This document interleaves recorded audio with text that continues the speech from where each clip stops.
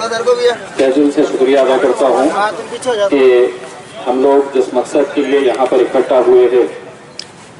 वो मकसद सिर्फ किसी एक राजनीतिक पार्टी का मुद्दा है, ऐसा नहीं है।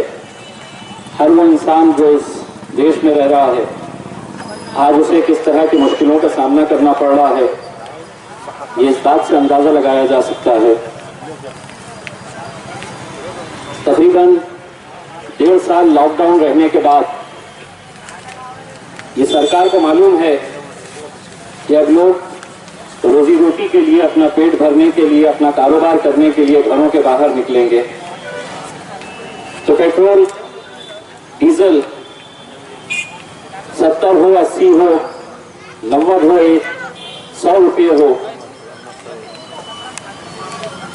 लोगों की मजबूरी का फायदा उठाना ये इस बात की गवाही देता है कि आज पेट्रोल और डीजल के जो भाव बढ़ाए गए हैं और खामोश तमाशा ही बनकर सरकार देख रही है, जबकि ये जानती है अच्छी तरह से कि आज लोग किस मुश्किल दौर से गुजर रहे हैं। राजस्थान का एक शहर है जहां पर आज का पेट्रोल की जो कीमत है वो 108 रुपये है। कई ऐसे शहर हैं कि जहां पर डीजल और पेट्रोल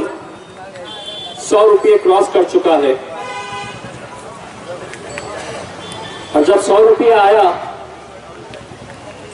तो हमको भी एहसास हुआ कि मोदी जी कभी छोटा सोचते नहीं है, बड़ा सोचते हैं। और मोदी जी है तो मुमकिन है ये जो नारा उन्होंने दिए थे वो सही साबित हो रहा है। आज देश भर में लोगों को इसके खिलाफ खड़े रहने की जरूरत है। वो इसलिए कि अगर हम बाकी दूसरी चीजों की कीमतें अगर नहीं बढ़ाते हैं, अगर सब्जी तरकारी नहीं बढ़ाते हैं, हम तेल की कीमत नहीं बढ़ाते हैं, अगर खाने के अनाज की कीमतें अगर नहीं बढ़ाते हैं और महज सिर्फ पेट्रोल और डीजल की कीमत अगर हम बढ़ाते हैं तो इसका सीधा असर उन तमाम रोजमर्रा की कीमतों के ऊपर पड़ता है जो इनडायरेक्टली तरीके से सरकार ये करती है कि हम 50 चीजों की कीमतें बढ़ाने से बेहतर है कि पेट्रोल और डीजल की कीमत बढ़ा दो, खुद ब खुद दूसरी चीजों की कीमतें बढ़ जाएगी। आज इसके खिलाफ जमकर सभी लोगों ने विरोध करना चाहिए, क्योंकि मुश्किल की मार कोई एक राजनीतिक पार्टी या एक जाति, धर्म या एक मजहब के लोग नहीं सह रहे हैं, बल्कि पूरे देशवासी इन तकलीफों का सामना करना पड़ रहा है। आज एक शुरुआत हुई है कि हमने अपनी नाराजगी बताई डिविजनल कमिश्नर ऑफिस पे। हमारी पार्टी के जिम्मेदारान एक मेमोरेंडम देकर हमारी नाराजगी सरकार के पास पहुंचाएंगे। पार्लियामेंट का सेशन हम उम्मीद करते हैं कि अगले महीने ना चाहते हुए भी उन्हें लेना पड़ेगा। पूरी कोशिश की जा रही है कि पार्लियामेंट का सेशन आगे बढ़ाया जाए, क्योंकि बहुत सारे सवालों के जवाब सरकार को देना है, चाहे वो कोरोना वायरस के दौरान जो मरीजों को दिक्कतों का सामना करना पड़ा, कहीं बेड्स नहीं मिले, कहीं इंजेक्शन नहीं मिले, कहीं डॉक्टर्स है, कहीं हॉस्पिटल में लोगों को जो तकलीफों का सामना करना पड़ा। लॉकडाउन के दौरान महज बड़ी बड़ी घोषणाएं की गई, लेकिन उसका फायदा कितने लोगों तक पहुंचा ये आप भी अच्छी तरह से जानते हैं और हम भी अच्छी तरह से जानते हैं। अपने तौर के ऊपर हम जितनी कोशिशें कर रहे हैं वो कोशिश यकीनन यही खत्म नहीं होती है कि एक मेमोरेंडम हमने दे दिए, 2-3 घंटे के लिए हम यहां पर आ गए। पार्लियामेंट के अंदर आपकी आवाज पहुंचाई जाएगी। पार्लियामेंट के अंदर जो मुद्दे, जो तकलीफों का सामना आप लोगों को करना पड़ रहा है वो हम पार्लियामेंट के अंदर यकीनन मैं और मेरे कायद बैरिस्टर असदुद्दीन अवैसी साहब वहां पर पहुंचाएंगे। मुझे यहां आने में क्यों देरी हुई ये बताना भी मैं इसलिए जरूरी समझता हूं। मैं कोई वकील नहीं हूं, मैंने अदालत की कोई लॉ की डिग्री हासिल नहीं की है, लेकिन मैंने औरंगाबाद बेंच और बॉम्बे हाई कोर्ट के अंदर एक जनहित याचिका पब्लिक इंटरेस्ट लिटिगेशन मैंने फाइल किया है और अदालत से मैंने ये कहा था कि अगर मैं चाहूं तो किसी अच्छे वकील को लगा सकता हूं, लेकिन वकील कानूनी जबान बोलेगा। अगर मुझे मौका दिया जाए तो मैं दिल से बात करना चाहता हूं कि कैसी तकलीफों का सामना इस कोरोना के पीरियड के अंदर लोगों को सहना पड़ा। अदालत ने इजाजत दिया और लगातार पिछले एक हफ्ते से Aurangabad bench of Mumbai high court के अंदर ये हमारी खुशनसीबी है कि महाराष्ट्र के चीफ जस्टिस ये औरंगाबाद आए हैं और ऐसा बहुत कम होता है कि चीफ जस्टिस जज की पोजीशन में बैठकर कुछ केसेस सुनते हैं। मैंने जो PIL फाइल किया है ये पूरी की पूरी हियरिंग जो हुई है वो अल्हम्दुलिल्लाह महाराष्ट्र के चीफ जस्टिस के सामने हुई है और मैं वकील बनकर वहां पर खड़े रहकर आप लोगों की आवाज वहां तक पहुंचाया हूं। खुशी इस बात की है कि अदालत ने यह आदेश दिया था सरकार को कि हमें पूरा आंकड़ा बताए कि कितने वैकेंसीज है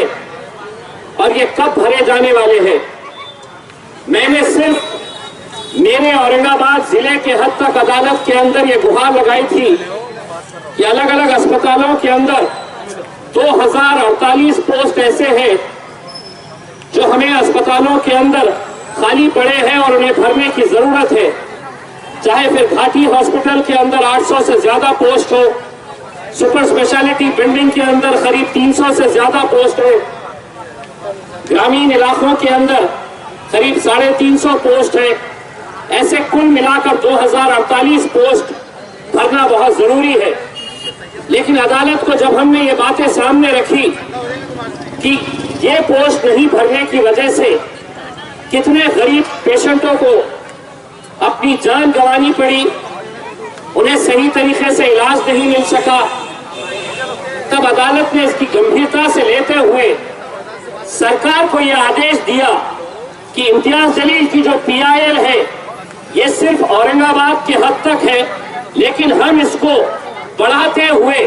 अब सिर्फ औरंगाबाद नहीं, इसी PIL के जरिए पूरे महाराष्ट्र के हॉस्पिटल्स जितने भी हैं वो पूरे महाराष्ट्र के हॉस्पिटल्स के अंदर कितने पोस्ट है और उन्हें कब और कैसे भरे जाएंगे इसका पूरा डिटेल सरकार से मांगा। मैं अभी इसी एक हियरिंग के जरिए जब आया तो महाराष्ट्र सरकार की तरफ से पूरे महाराष्ट्र के अंदर कितनी पोस्ट खाली है ये पोस्ट का ब्यौरा एडवोकेट जनरल ने महाराष्ट्र की सरकार की तरफ से अदालत के सामने रखा। लेकिन अदालत ने ये नाराजगी जताई कि पोस्ट कितनी खाली है ये तो आपने बता दिए, लेकिन भरेंगे कब इसके बारे में पूरी जानकारी दे। 29 तारीख के दिन 29 जून को महाराष्ट्र सरकार को यह आदेशित किया गया है कि पूरा एक चार्ट बनाया जाए और उस चार्ट के अंदर पोस्ट कितनी खाली है और कब भरी जाएंगी ये पूरा तख्ता अदालत के सामने पेश करने का हुक्म दिया है। लेकिन मुझे खुशी इस बात की है कि सरकार ने जो एफिडेविट दिया है मेरे PIL के जवाब के तौर पे, तो उन्होंने साफ अपने एफिडेविट के अंदर कहा है कि हम पूरे महाराष्ट्र का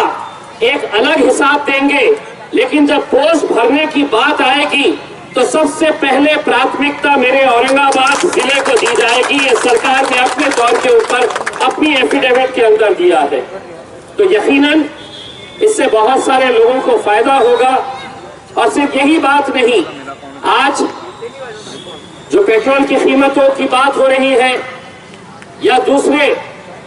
आप अगर देखेंगे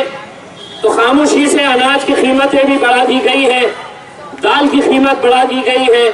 तेल की कीमत बढ़ा दी गई है, क्योंकि सरकार को मालूम है कि अब लोग निकलेंगे, घरों के बाहर आएंगे, कहीं ना कहीं अपनी रोजी रोटी कमाएंगे, 2 पैसे उनके जेब में आएंगे, तो उस जेब के अंदर कैसे डाका डाला जाए,